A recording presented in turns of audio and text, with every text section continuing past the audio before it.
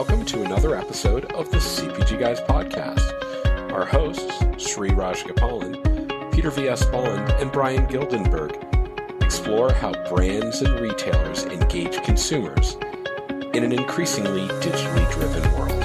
And now, here are the CPG Guys. Hello and welcome to this episode of the CPG Guys.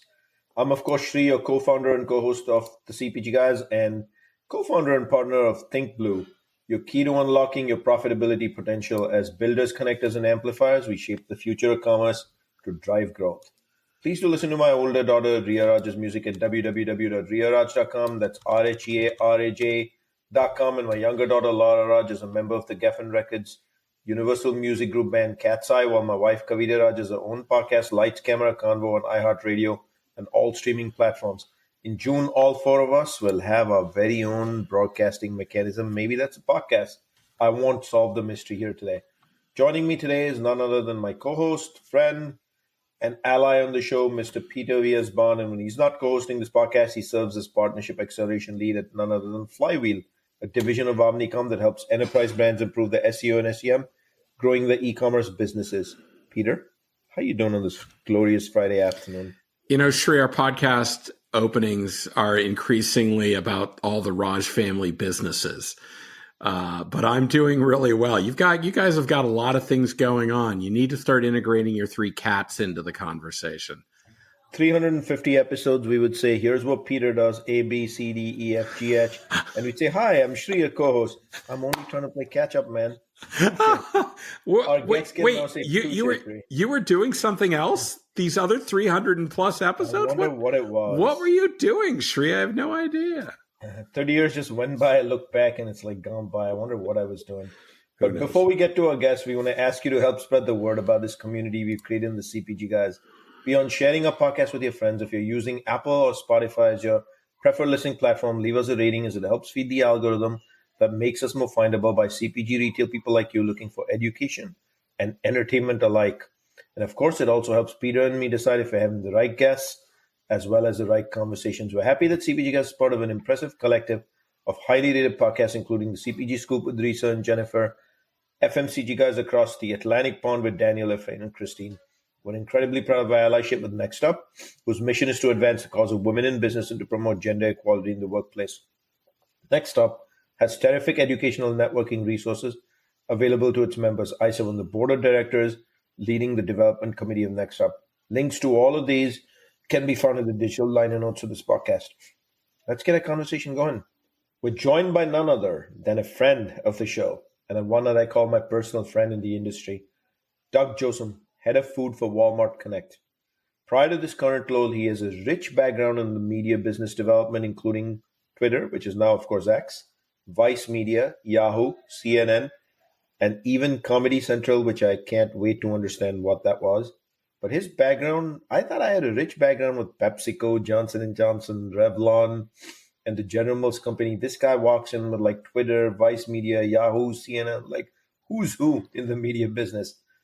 Walmart Connect is certainly changing how full funnel marketing and in-store retail media is seen by brands, and that will be our theme today. Doug, finally we're doing it, man. Welcome to the show. I love it. Long-time listener, first-time caller. So I'm excited to be here and be a part of this. Awesome. Before we get started with our Q&A segment here, can you give us a quick overview of your current role in Remit as head of food for Walmart Connect and what that means? Yeah, so I lead the food business for Walmart Connect. As we all know, Walmart is the largest omni-channel retailer in the world. Walmart is also the largest grocer in the world. And what Walmart Connect does, it's the advertising arm that helps suppliers reach the customers, or mutual customers, I should say, that we have, and provides real-time information in any way that we can for the suppliers and great measurement solutions. Thank you so much for that, Doug. Thank you for that intro. In the digital liner notes of this episode, we'll include links to your LinkedIn profile and, of course, Walmart Connect's company's corporate website for our listeners to access while we go on with our conversation. So I just mentioned you have an elite media career background, some of the greatest companies the world gets to enjoy. And now, of course, you've pivoted to head of food for Walmart Connect. So let's take us to the career years. Like, how did that shape up coming out of college? And then somebody wants to follow in your footsteps in an elite career background in media. What are some big takeaways you'd offer to them? Yeah, I want to start this conversation from being on my driveway with my father on my way to college. My father said something to me that I'd never forget. He said, Doug, when you go to college, make sure you study and study something you love, because you're going to be doing it for the next 30 plus years of your life. So make the best of it. And that was literally the entry that I had to college. And broadcast journalism, communications was what really got me excited. And so I took my father's advice and I leaned into it. My first job out of college was actually at Deutsche Advertising in media planning. And, the short story of it is that I really disliked it. Not because advertising agencies are bad in any way. It just wasn't the right role for me. And one day, I'll never forget this either, a guy came in to pitch me on bathroom advertising. Literally, when you're at the urinal, you can see an advertisement. And it was one of those companies. And it was the worst pitch that I had ever had. And I said, wow, this guy's trying to sell me this. There's got to be a better way, and better companies that I would love to be a part of to pitch this. So I put my hat out there, and I started looking at different companies. And Comedy Central was one that I was able to jump on, and I went over to start my sales career with television. At the time, Comedy Central was owned 50% by AOL Time Warner and 50% by Viacom. So it was an independent entity, and it was wild. Dave Chappelle is walking around the office, Dave Attell. It was a ton of fun as an entry into the world of sales. A few years in, Viacom buys out the 50% stake of Comedy Central. And I was talking to one of my bosses, and he said, Turner Broadcasting, I don't know what's going to happen here, but Turner Broadcasting has an incredible program where they can really help you get to that next level and continue to grow your career. So I jumped over to Turner. I went to CNN. I had 3 main jobs over many years. It was sales, television sales. I did a bunch of international work and worked with the airport network. And if you remember, it's when you would travel, you'd see CNN in the airports. We used to strip the commercials out and then resell them. From there, it was 2007. The internet was taken off. I knew nothing about it. I knew 728 by 90. I didn't know what that meant. And I jumped over to Yahoo. They took a chance on me. Yahoo was at the pinnacle at the time. It was number 1 in everything, number 2 in search. And I got my digital chops, and I really learned a ton. And I'm grateful for my time there. But I leaned in. I was intellectually curious about just the differences of media from television to digital. And then a little tiny startup a few years in gave me a call, and it was called Twitter. And they were trying to figure it out. They said, do you want to jump over? Do you want to build with us and do the startup world? I was really scared and nervous because, I'd never worked for a startup. Jumped over. I was employee 200. If you think about we had rented space in the Chrysler building, and the office that we worked in was actually smaller or about the same size of the office that I'm working in my house right now. And there were 6 of us. And essentially they said, figure it out. I spent 8 years at Twitter doing a bunch of different work, but my core responsibility was building and leading the consumer packaged goods practice for them. I did a lot of global work with them, helping with the agency side. When you're at a startup, you do everything, like comp plans. And so it was a really great way for me to get my tentacles into all different stuff and genuinely loved every minute of it.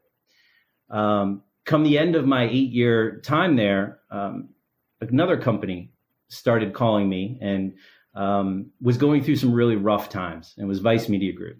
Their entire leadership team had kind of changed over. There was a new CEO named Nancy Dubuque, and we spent a bunch of time together. And she asked me to come over and be their chief revenue officer. And what I was going to do there was run revenue for 5 lines of business. So digital, and under digital is all of their owned and operated, social extensions, experiential fell under there, everything you can imagine. They had a television network, a news studio. They had a movie studio, and they also had a advertising agency. So my world now came full circle, a creative agency.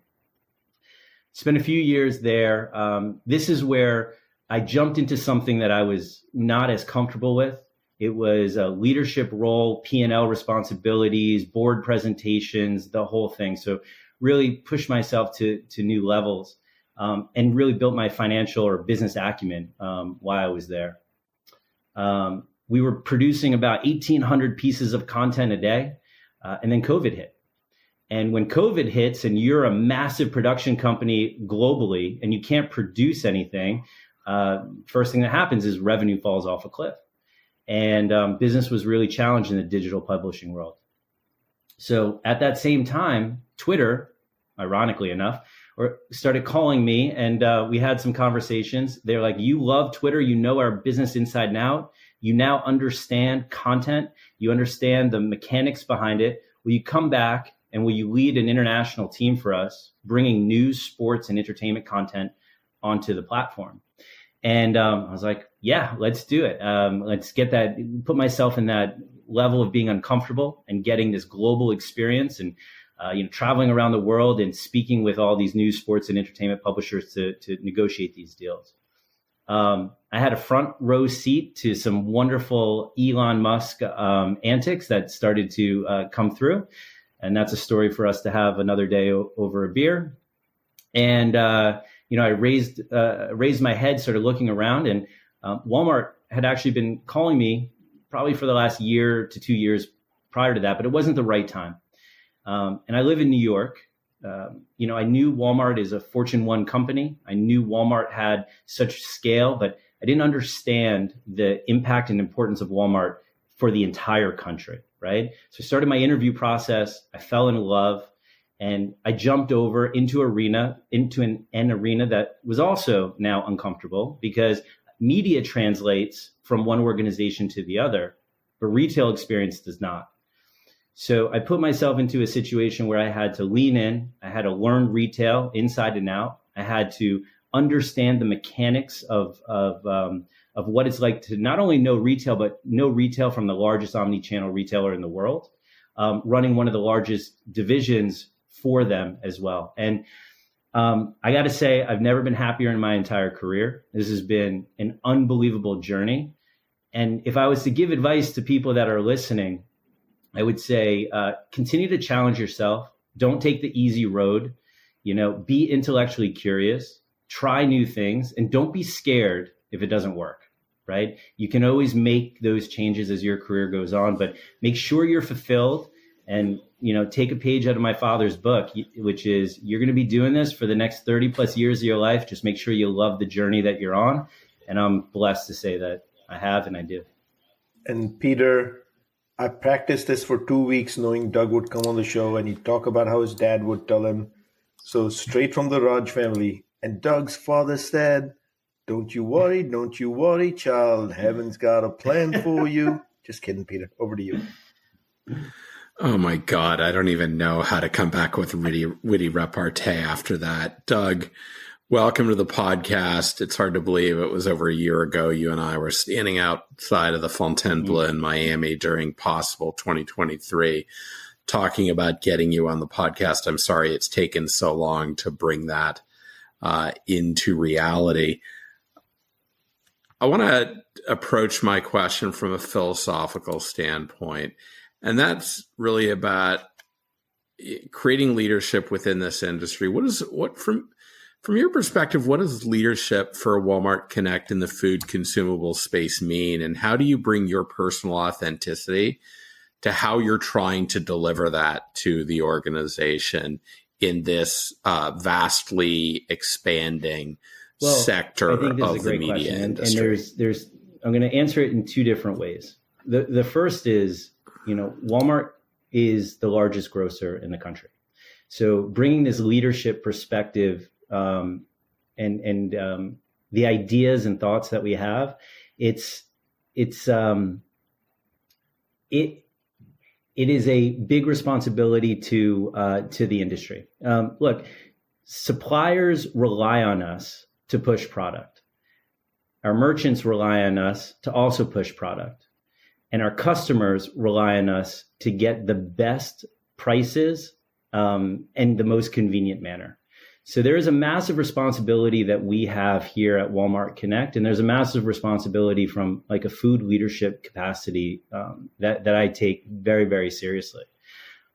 So getting in front of suppliers, making sure that they understand that we reach around 145 million people a week and around 90% of the country each month, and how that we really help connect them to our mutual customers and how we can set the stage and standards for measurement, for targeting, for all the things that we're doing is extremely important. Now, to your second part of your question, though, about authenticity, Walmart is maniacally focused on helping our customers save money and live better.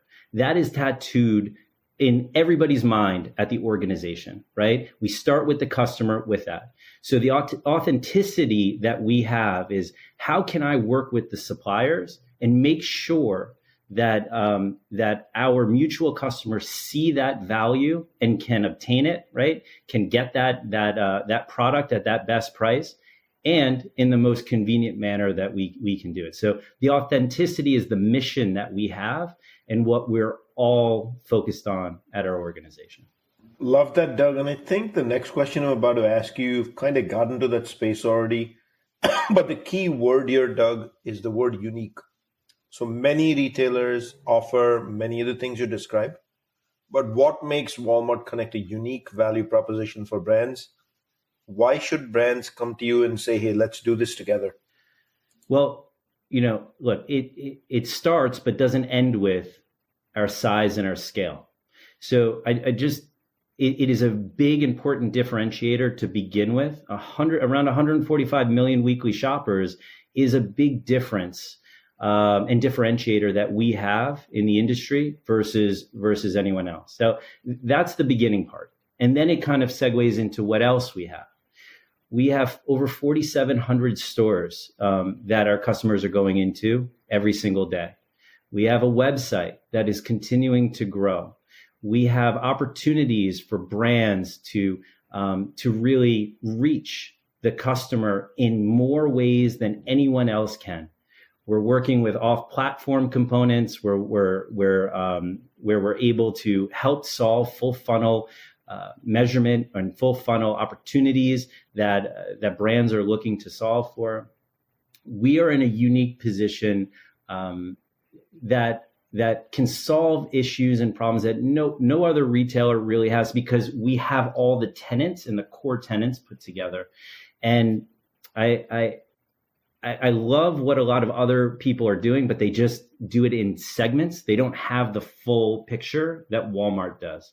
So, Doug, when brands think about investing in Walmart Connect, and particularly when you start talking to brand advertisers, right, as opposed to the trade teams that are based in Bentonville that tend to work with Walmart on the brick and mortar business, measurement becomes a critical component for evaluating and making decisions to shift traditional budgets into these new closed loop performance metric advertising mechanisms. What can a brand expect to get from Walmart Connect with respect to measurement? And how do you help them think about measuring success for different types of objectives? Yeah, I mean, measurement is one of our key differentiators for Retail Media Network. I'd say the first thing that we would say is our solution is deterministic, right? We don't use inference models for our data. We don't use lookalike models. We can do one-to-one because we're just so big. So the measurement that we're providing, the fidelity of it is going to be extremely strong, and it's something they look to us for. But what marketers are getting, and you mentioned it, is this closed loop solution. I know that Shri is a heavy consumer of said product, so I can target him both on platform or off. I know Shri is a lapse buyer of said product. I can target him on or off platform. And then I know he saw the ad. I know that he went into store and bought. I know if he went to Walmart.com and bought, or through Nielsen, and this is where we can do third-party measurement. I know if he went into a different retailer and bought. So the measurement solution we have is just really that closed loop component. And how I have to get strategic with suppliers, and as we talk to them, is if I know Sri is a lapsed buyer or I know he is a heavy buyer, the issue that we have right now is a lot of suppliers are taking the same creative and applying it to all these targeting segments and assuming that the same outcome is going to happen. So we're on a journey where we're able to help suppliers and contextualize and dimensionalize the offerings that we have from a targeting perspective, but then that helps increase the measurement component that they have. So at a baseline, that's what we offer. Now, it gets a lot deeper than that. We also know, well, if someone's searching for a product and then maybe doesn't convert, but then goes into the store and buys said product, I can attribute that, right? There's measurement solutions I have there. I have measurement solutions for a lot of the in-store components that we offer as well. And how can I provide lift? So, at the core of it, it's, does the user see the ad or engage with it? And then are they taking that approach to then converting? So I keep it high level for a lot of the people on the audience or that are listening here to make sure they can, grasp it. But it's that's the strength that we have in the measurement solutions that we offer. And a follow up to that, when you think about that experience, it's not isolated into its e-commerce or its brick and mortar. How are you thinking about the path to purchase and all the ways that Walmart Connect enables that digitally influenced sale? I've got to imagine that's a core component of how you're talking to your brand clients. Yeah, I mean, everyone is kind of thinking of this a little bit differently. Earlier this week, I had a supplier join a meeting and said, there's no such thing as a purchase funnel anymore. Awareness is now conversion. And then the next day I had another supplier join who we may all know, who said the purchase funnel is everything. And there are different budget sources, associated with everything too. The suppliers are grappling with this right now and trying to figure it out. On a weekly basis, I'm on the road and I sit with chief sales officers and chief marketing officers in rooms together, trying to figure out, well, how are we going to fund this? How is this going to provide the most value? And what is this purchase path that we're going to go through? This world of this bifurcation of, to your point, like below the line, above the line, budgets that were being provided. The gray area is starting to come together. How do we figure this out? How do we get out of this and start to just figure out what's best for the customer and what's going to drive the most sale? And I think we're in one of the most exciting times of any industry that I've been in, because we're building it literally in real time and there are no right answers. So your question is a wonderful question, but it applies differently to all suppliers that are out there. Thank you for that very much, Doug, and for a clear explanation on uniqueness, value proposition, metrics. Thank you for also keeping it high level so people who are inquisitive can get in touch with their Walmart Connect teams and dig into more details. But a reminder to audience, I'm speaking with Doug Jossem, Head of Food at Walmart Connect. So now let's go to the all-important question of portfolio of offerings so that we can see you as a full funnel platform that hopefully in the future will also be a national media platform. And so take us through the portfolio of on-site and off-site offerings. What can a brand expect? When I started at the company a little over a year and a half ago, I'll never forget, I saw a slide with all of the offerings that we have, and it was intermingled, and it was very hard to digest and understand. One of the first things I did was separate everything out to make it very easy and digestible, not only for employees, but also for the marketplace to understand. So I do it in three main buckets, and I think this will help everyone understand our full offering. First, I start with the store. And the store, there's a ton of offerings that we have. And I want to be really clear, though, before I get into the offerings, we're not trying to make the store Times Square. We're not going to just blanket it with advertising or opportunities. We're only going to do things that are going to be providing a positive experience and something that's additive to the experience when the customer has it, instead of just being a way to grab dollars and figure something out. So I want to start off by saying that because everything is very, very thoughtful in the approach and where they are. So let's start as we walk into the store. We have experiential opportunities. This could be, you can have a food truck if you wanted to outside with your products in there. A supplier who's an F1 sponsor had an F1 car out there and would have people change tires, right? And branding all around. Like, so you have the experience outside that you can do cool things. Or there was one supplier who put a half pipe in a warm area and had Shaun White come and do tricks on a half pipe. And then go in for a new product launch. That's outside.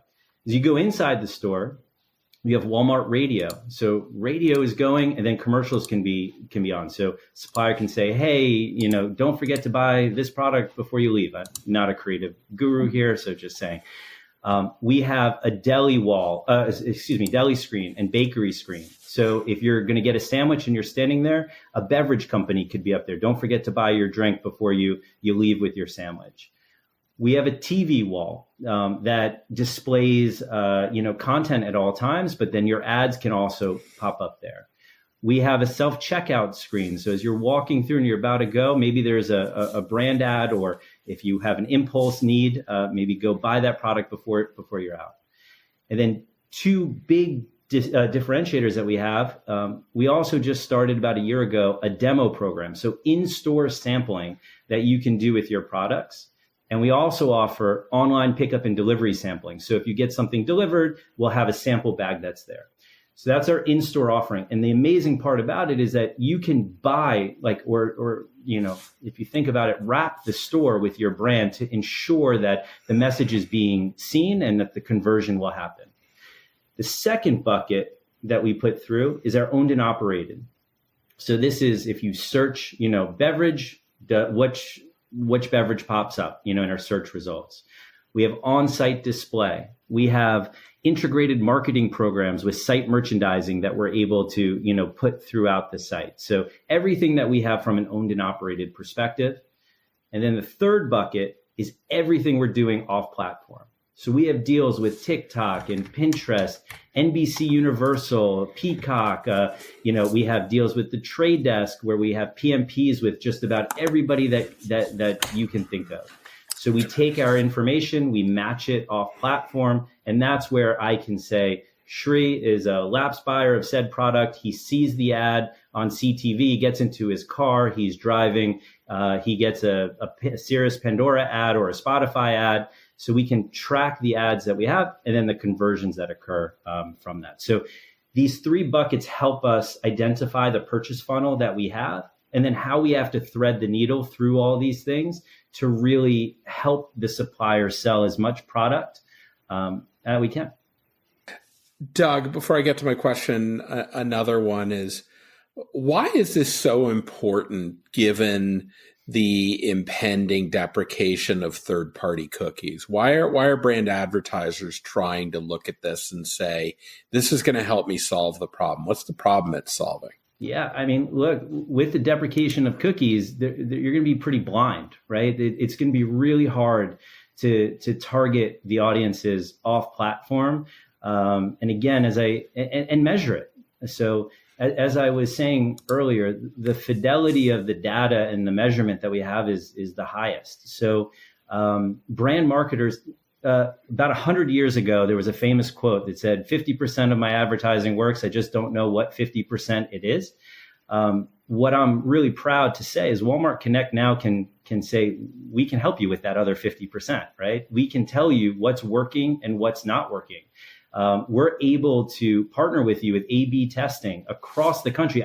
I can have certain ads for lapsed buyers on the West Coast or around a store, and certain ads on the East Coast, right? We can test and learn what is working, what's driving product, which creatives are the best. How are we doing this? Like, we're helping eliminate the ambiguity that any of these, that any brand marketer had in the past of what was working. We can prove that it's there.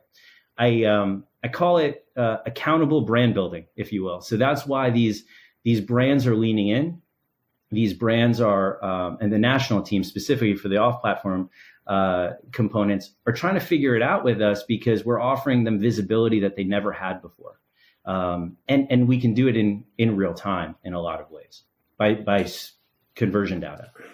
So, Doug, my question is, when brands want to work with Walmart Connect, do they all already come to the table with, we know what we want, we know which ad products we want, or are you spending time helping guide them based upon what their objectives are? And how does your team think about producing the right outcomes for brands as they seek to win on Walmart's platform? The environment is so confusing right now, and it's so overwhelming, not only with Walmart, but with everyone that's out there, that they're not coming saying, this is exactly what I want. They're coming through and they're saying, look, I really want to understand, and I want to be educated first, right? That's the first entry into a lot of the conversations we have. The second thing is then they share their objectives. Here's what we need. Here are the brands that are important. Here's maybe they want to do ship to home, more than they want to do driving someone in store. Maybe, there's a plethora of things that they have. And then we're customizing the plans based around that. But there's a lot of ways that we can do this. But if the supplier is getting overwhelmed, we like to start with search is just the basic playbook, right? If somebody is going through and they're searching for a category or a specific brand, you have to be there. Right. And then it's, you can make this even simpler and just say, then the next step is on-site display. And then the next step is maybe adding a little off-site display. And then the next step is maybe CTV, right? You can build towards it, but no one is just coming to us saying like, you know what, I know exactly how this is going to work. They're coming to us because they're looking for our expertise. We understand what's selling, what's not selling. We understand where it's selling, how it's selling.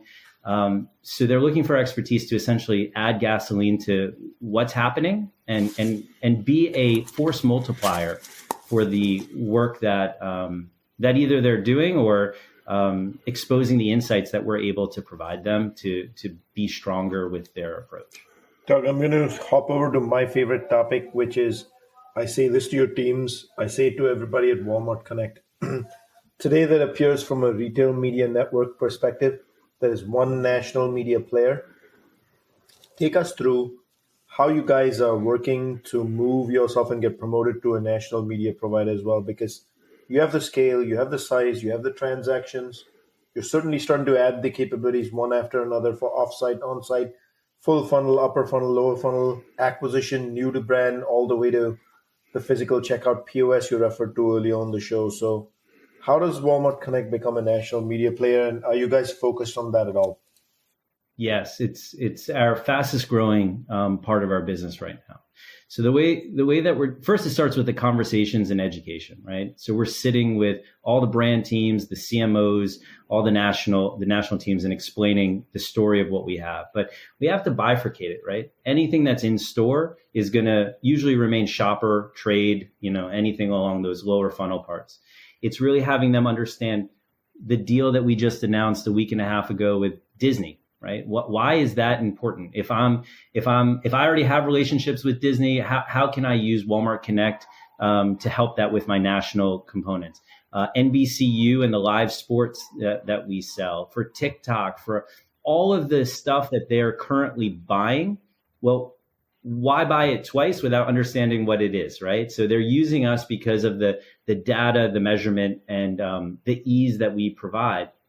So they're leaning in. It's been a fun conversation to really to help them understand the value and the incrementality that we can provide.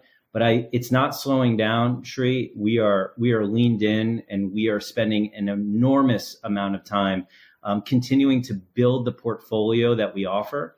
Yes, there is another player that's out there, and that other player is doing this as well, and they're doing it very well. And we're not far behind from building towards or building to those levels as well. Doug, let me close this out in our conversation. you've had a unique position in the media space, working in television, as you said, and then moving into Twitter and the classic banner display ads, and then this emerging industry that's just grown so explosively, retail media.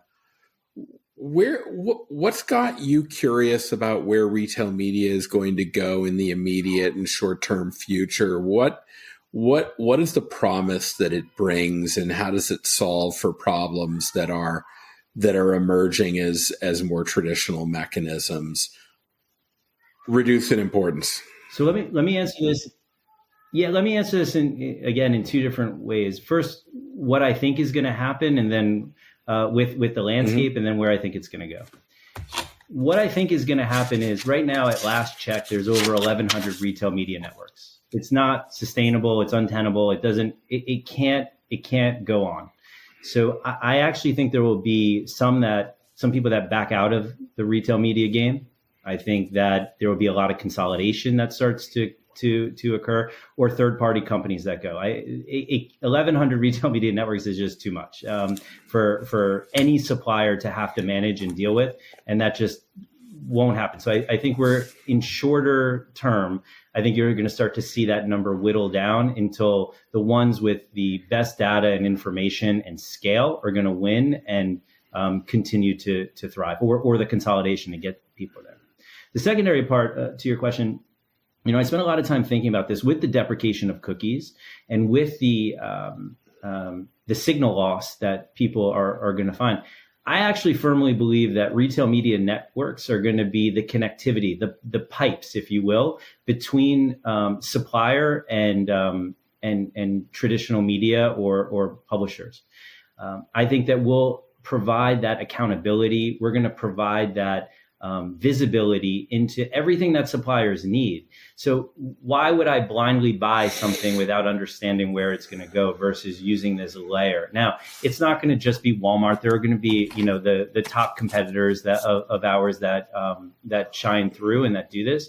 But it's going to give the visibility that every supplier and national brand and company are going to need. So I'm a firm believer that we're just in the beginning of the journey, and I am excited to see how we continue to get interwoven into the fabric of the media landscape.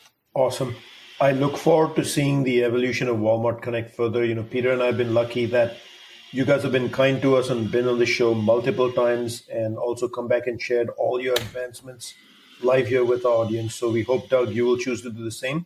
Let me remind our audience that all of our content can be found by going to a browser and simply typing cpgguys.com as the URL. And if you think you or your company has thought leadership to contribute to a community discussion, drop us an email at contact@cpgguys.com. Again, that's contact@cpgguys.com. Maybe you can join us on the podcast just like Doug did. Don't forget to drop us a rating at cpgguys.com or the navigation bar up top. Again, the reason we ask you to do that, it tells Peter and me how we're doing on the show, whether we have the right guests and the right conversations. To our 31,000 plus followers on LinkedIn, we know that's a large number. Without you, the show doesn't exist. Thank you for the click, likes, comments, DMs, and for encouraging us as well as following us and shaping the outcomes of this podcast. Doug, thank you for taking time out of a busy week on a Friday afternoon to join us. Thank you for having me. This was a lot of fun, guys. Look forward to seeing you again soon.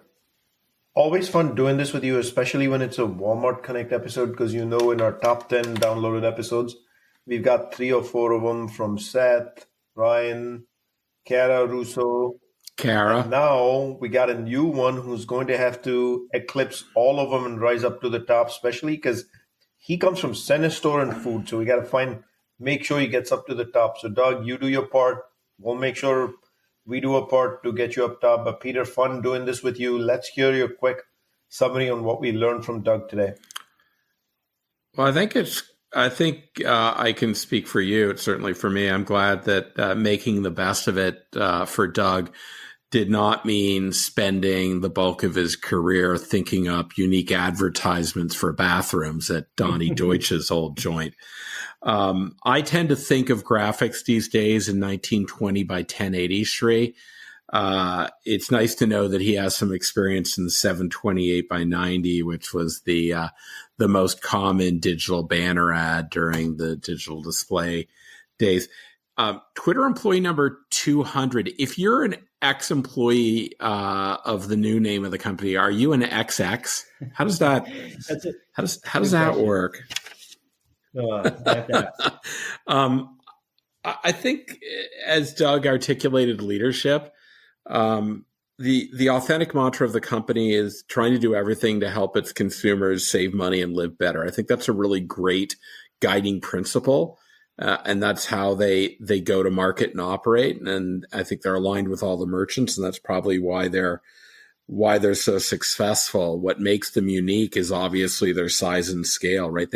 And not only that, but just their incredible omni-channel footprint. They're not just a brick and mortar retailer. They're not just an e-commerce retailer. They have gravitas in both, and they can help deliver digitally influenced sales on the path to purchase for all consumers. The fact that they do deterministic measurement in a closed loop environment, they have such high fidelity in terms of the signals that they can really help brands understand how effective, and as John Wanamaker said, get to that 50% of sales of advertising that you don't know is effective, and help redirect that to more effective mechanisms. At the end of the day, they're helping personalize experiences for shoppers. And that's in a world where the funnel is blurry, that it's not as simple as it used to be, that this is upper funnel, that's lower funnel, and this is how we bring the customer along. They're ready to engage the customer everywhere. And brands come to them with objectives, but not necessarily plans. That's where the expertise that Walmart has developed from all their full funnel activation capabilities, be it TV walls in store to the radio advertising to on-site product ads to off-site connected television, just so much. You really need to work with your Walmart Connect consultant to help build a plan that will help you achieve the objectives you're looking for. And they really do offer, in their consultative approach with brands and CMOs, they really are offering brands and CMOs with particularly their offsite and CTV capabilities, national scale, and the efficiency of getting it in conjunction with the measurement on the back end that says, why duplicate efforts? And looking towards the future, the fact of the matter is, and I mentioned this on a video that I did for Flywheel a couple weeks ago rather, that when you look at brands investing against retail media platforms, there's a whole lot of inefficiency of working against so many highly fragmented players. Walmart brings them a national audience. There's going to be consolidation. There's going to be rationalization.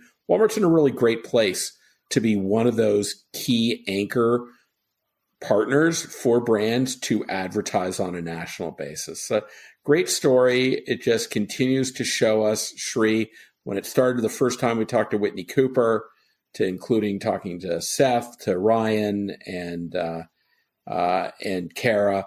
Walmart Connect really is the premier omni-channel retailer for brands to advertise and connect in a meaningful way and to get really high-quality measurement of that performance. No debate in my head. And y'all, we're going to have to make Doug Jossem the #1 downloaded Everest episode on the TV. Oh, don't tell Kara that. She's going to, watch out, Doug. Kara, she's shifty. If she hears you're getting close, I'd be watching my back. No, I'm just kidding, Kara. We love you. Daily. I know she is. Thank you. Thanks for listening, guys. This is a wrap of this episode, and we'll see you soon on another one on the CPG Guys.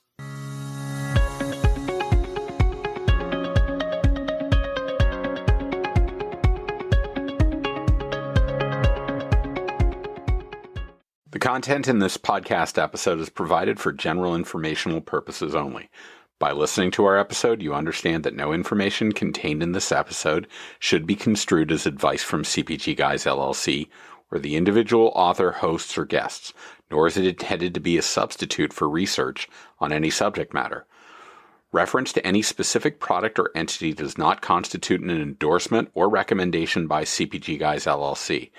The views expressed by guests are their own, and their appearance on the program does not imply an endorsement of them or any entity they represent. The views expressed by CPG Guys LLC do not represent the views of their employers or the entity they represent. CPG Guys LLC expressly disclaims any and all liability or responsibility for any direct, indirect, incidental, special, consequential, or other damages arising out of any individual's use of, reference to, or inability to use this podcast or the information we present in this podcast.